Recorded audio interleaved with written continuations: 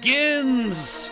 State legislators start with a stand against sexual harassment. Would an accused man join them? Face to face, Gardner versus Sessions in the marijuana bowl. The senator tells us what happened behind closed doors. A principal who is paralyzed is back on the ski slopes where her life changed course. We're along for the ride. Denver's iconic signs, from the ones we've already lost to the ones we could still save.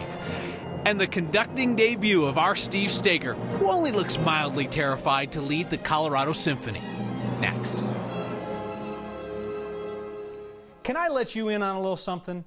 You know how often news anchors have sat right here and strained to make the state legislature actually sound interesting, especially on a day like today, a day one of the session. But this year, it's the same old pomp with a whole new circumstance.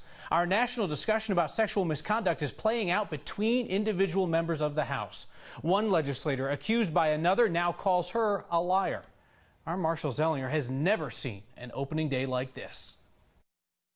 Just like you saw during the Golden Globes, many lawmakers wore black to the first day of the legislature, like State Representative Faith Winter, who was the first to file a formal harassment complaint against State Representative Steve Lebsock in November. Black isn't just about Representative Lebsock, it's about being a woman in this world. It's about everything from equal pay to women showing up and being welcomed in the workforce and equality. Winter invited Holly Terry and Cassie Tanner to sit with her in the House chamber. They have also accused Lebsock of sexual harassment, who continues to call the allegations lies.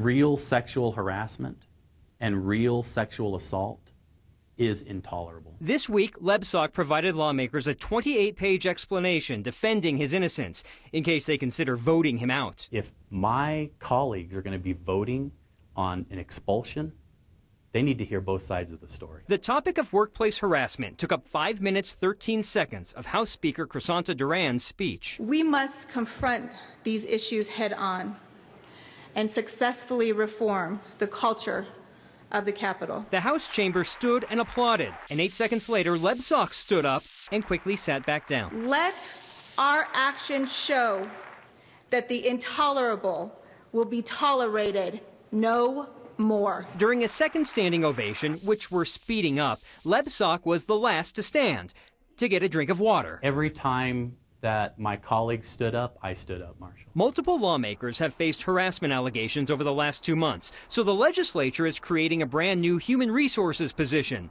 though it won't be filled until next month. This is all new to all of us, and we want to hire the right person, and so I support leadership in taking their time to make sure they hire the right person. Now, Kyle, you didn't hear from Minority Leader Patrick Neville in the story. In his speech, he called for due process to take place, to be fairly and objectively handle complaints and workplace issues, and that's kind of a shot across the bow because we know there's that possible complaint that's going to happen, or the proposal to oust him altogether. And this is a way of saying, let's make sure we have all the ducks in a row. And Lebsock said today he's not going to caucus with the Democrats anymore. We'll see if he joins the Republicans. Marshall, thank you. Senator Cory Gardner hung out with Attorney General Jeff Sessions today. They basically got nothing done all day and were super paranoid about each other. So it's pretty much like they got baked. But we know that Sessions doesn't touch the devil's weed, and Gardner just wants Sessions to leave Colorado's cannabis alone. Hence the face-to-face today. It went fine. It didn't surprise me that we reached no consensus or ultimate decision by the end of the meeting. I think we still have our differences of opinion on this matter and look forward to future conversations. Gardner told us that he thinks that Sessions is not in sync with President Trump on this. You'll recall that Trump told 9 News during the campaign that he wants marijuana left to the states. The president has shown some interest in getting hands-on with the Justice Department, if you know what I mean, so we will be watching to see if he tries to mellow Sessions on cannabis as well. Imagine walking into the U.S. Supreme Court, looking one of the justices in the eye and telling them that they got it wrong. State of Colorado just did that. They did it on paper. This is about the Masterpiece Cake Shop case, whether a baker can deny a same-sex couple a custom cake. Justice Kennedy quoted the wrong member of Colorado's Civil Rights Commission when they were talking about this case. Colorado wants the record corrected while we all wait for a decision from the Supremes. The cranes are moving in tomorrow to take down the Sports Authority signs off Mile High. They are certainly big and bright, but I'm going to hazard a guess that they will not be remembered as some of Denver's most beautiful signs of all time. Photojournalist Mike Grady asked somebody who's really got an eye for that sort of thing. The trick is can I tilt this thing sideways? And that I can. Oh yeah. Setting the shutter, focus is in place, and check the viewfinder one more time. We're looking good. 1, 2, 3. Hi, my name is Mark Stein. I photograph a lot of signs in and around Denver. Photography is more than a hobby for Mark. Is that a beauty or what? More than a passion. I feel really honored to be able to do this. It's his mission. Documenting what is our vanishing America, trying to preserve what we do have and create art out of it at the same time. I'm going to wait for this gentleman to finish walking. I have been on this aggressive path to document as much of this signage as possible. So when Mark heard the Sports Authority sign was coming down, he knew what he had to do. I went down there at about 9 o'clock at night, set up my tripod, and got some long exposure images of Invesco Field at, Sports Authority Field at Mile High signage to, again, commemorate and as a way to remember what this looked like. The Denver native wasn't trying to capture beauty in these photos. If you want my honest take, it's a plastic sign, backlit with LED and fluorescent. Not anything that I would say would be as artistic or handmade as some of these neon signs. Oh my God, such a beautiful sign. The neon signs lining Colfax may be more picturesque. Look at that beauty. Than the one hanging on Mile High since 2011. Oh my God, this is unreal. But Mark still sees it as his duty to capture it. Come several years from now, it'll be a way to just remember that moment in time. For Next, I'm Mike Grady. Workers have been removing the wires and the lights throughout the week. The big sections of the sign are coming down tomorrow if you'd like to go out there and slow clap. Allison Mallory, she continues to inspire us and you. So many of you keep asking for updates on the principal from Ralph Moody Elementary in Littleton. She was paralyzed in a snowboarding crash right before Christmas a year ago. We showed you her rehab at Craig Hospital. Last week she was out mono-skiing at Winter Park. Took a couple lessons. Really took to it. On her 4th day, the instructor challenged her to go from the top to the bottom of a run, no stopping, no falling. And you know she nailed it. Does that count? Are you kidding me? Yeah! Dude, that was so sick. No fear. Allison said she loved it. She'll be up as much as she can this winter, and she's hoping to buy her own monoski next year. Next, women who work at and cover the Capitol discuss whether more sexual misconduct allegations are coming. Steve Steger conducts the Colorado Symphony so hard he nearly falls off the podium. Moose fight. And that is not the wildest thing about this video. That is the most Colorado thing we saw today. Next.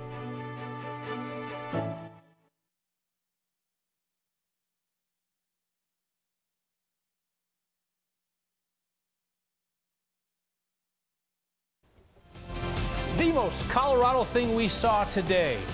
2 moose fighting over something, perhaps why they aren't called meese, or mooses at least, just for clarity.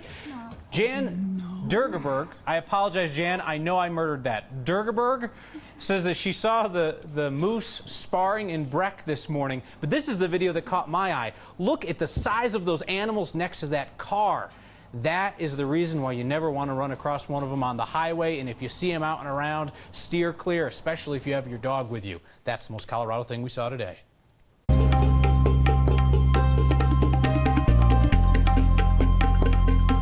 Plenty of snow coming down in the high country too. Nice to see. Yeah, it's been quite some time, but now the snow stacking up in the northern, central, and southern mountains, and we're getting in on a little rain here in Denver. You can see on HD Doppler 9 the heaviest pockets actually sitting in Elbert County. My goodness, are they seeing a lot of that? You can see just by the shades, yellow, oranges, even the red shades, just showcasing how heavy that rain is. It continues along I-76, the northeastern plains, with a little bit of snow in parts of Nebraska. This storm system, though, it's going to be a fast one. You might find a little bit of a wintry mix later tonight, but after midnight, it all moves out of eastern Colorado, and we're still looking at a few light flurries early tomorrow morning, 7 a.m. And then by 5, so far so good, but another storm moves in. This one arrives late Thursday night into Friday, once again delivering a little snow, but some strong winds, not only for the mountains, but for us on the plains too. We do have some travel advisories out there everywhere in red. The winter storm warnings, about 8 to 16 inches for our central mountains, even more toward the San Juans, with an advisory across the eastern side of the state, maybe 1 to 3 inches by early tomorrow morning. Tomorrow, we're back to 42. Seasonal with the sunshine. It will certainly be cooler than today, and you'll notice those daytime highs in the 20s and 30s up in the mountains. Your 7-day forecast showing a little warm up with the winds, about 50 degrees on Friday. A cool start to the weekend, back to the 50s though by Sunday, and then our next shot for seeing perhaps another wintry mix is going to be coming in on Monday of next week. Kyle. I do not know what wintry mix means. Rain and snow. Oh, okay, there it is. I just hear it so much. Thank you, Danielle. We're going to turn over this next portion of the program to a guest moderator, Benta Birkeland of KUNC, Rocky Mountain Public Radio. Benta has been out ahead of every major scoop on the culture of sexual misconduct at our state capitol. Today, she sat down with 2 experienced political players for an inside look under the Gold Dome. Will this impact the way either of you do your jobs? And have you heard any rumors or discussions circulating about how it could impact the relationships in the building? The way, as a chief of staff and as a lobbyist, is you build one-on-one relationships with people. And you have to do that to be successful, but also it helps with the mood of the building. If you're lobbying a particular issue that a certain accused person happens to be a bill sponsor of, or involved in that dialogue, obviously that's going to affect it, because at the end of the day, the reason this has been such a difficult conversation is because politics are involved. And if you're involving politics and perhaps, if you're lobbying a legislator, does that look like you're a betrayal, like, you're crossing the union line or something like that? Or, how does that work when people might be like socially isolated or politically isolated because of their inherently perceived bad actions? Some of the people I've talked to have said they're really hesitant to come forward because they don't know if there's going to be any accountability, and they feel like they'd be risking a lot professionally and personally and not knowing what the outcome could be. What do you guys think about that, and do you think we've reached, or are we coming close to a tipping point where more people will speak up? I think that's yet to be determined, but I also think that there is a clearer procedure and process in place right now. I don't know, it's really hard to tell. I think that there is a process in place, but obviously the process is flawed.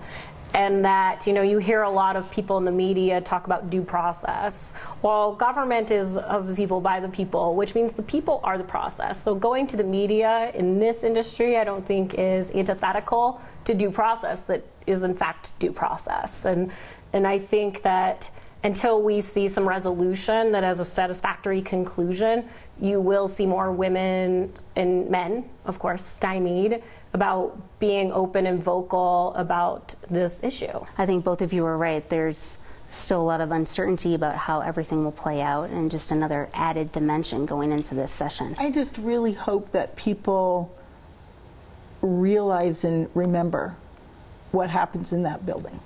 It impacts every single person in the state of Colorado. And that needs to be the focus of what they come to work every single day. And I don't care what you do in the building, that's why you're in there. And I think if people put that in the front, then I think everything else can kind of take care of itself. Because if you look at the issues they're facing this year, they are critical issues. Don't be distracted by who is conducting the Colorado Symphony. Listen to their new strategy, honoring 2 more of the good ones, people in a profession that too often gets a bad rap. And we've tallied up how many veterans your generosity is sending from Colorado to the monuments in Washington. Next.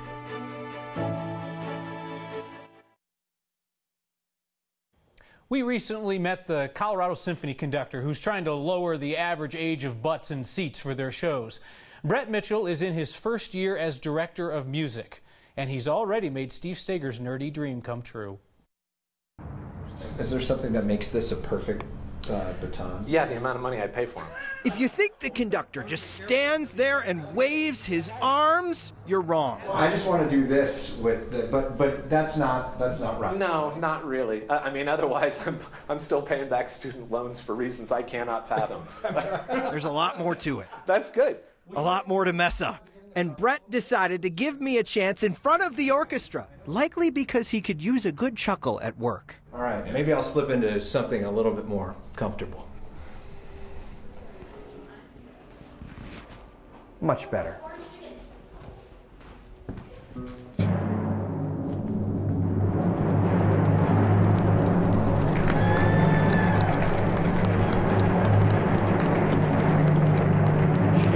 Shake. There we go. 3 bars in 4, and then in 2. I'm nervous as heck right now.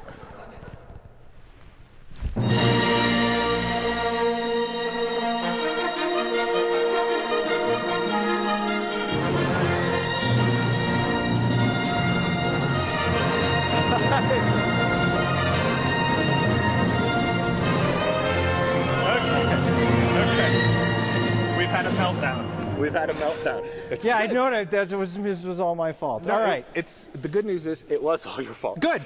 Thank God. You want to try it one more time? Let's try it again. One more time through 4. Should my arms be sore right now? I feel like I just benched a few.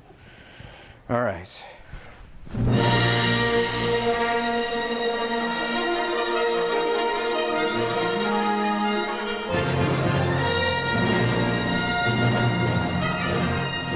So, how did I do? Steve, you're going to need a little more force. Force, like May Star the force Wars. be with you. Yeah. Whew. I need to change this shirt.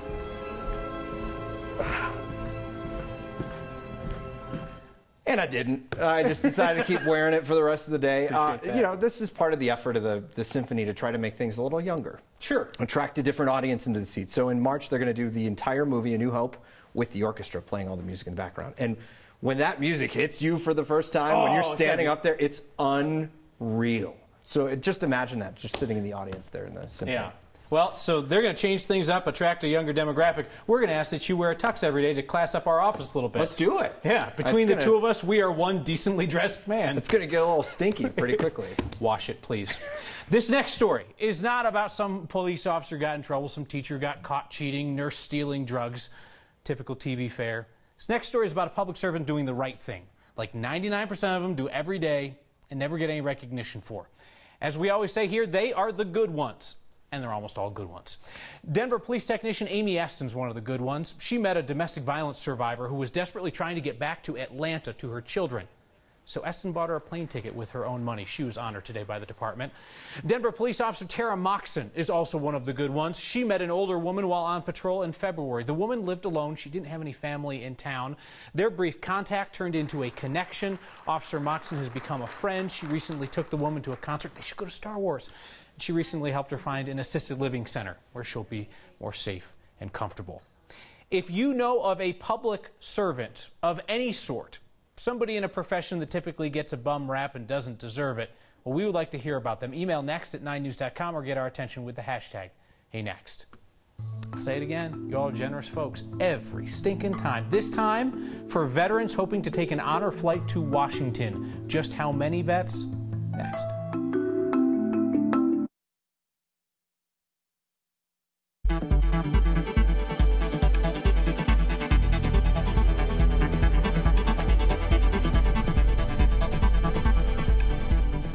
That was cheaper than buying a Next ad right on the RTD train.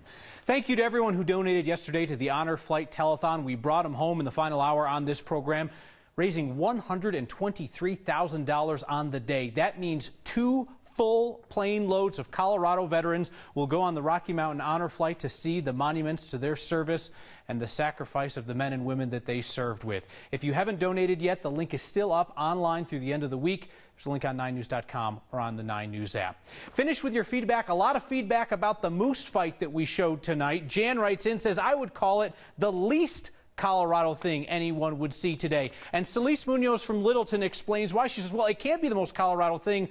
They aren't native to Colorado. They are an introduced species. You are absolutely correct. We've talked about this here before, but it raises a larger question about whether something has to be native to exemplify the spirit of the state. Unless you have Ute or Arapaho ancestry, I hate to break it to you, you too are an introduced species. See you next time.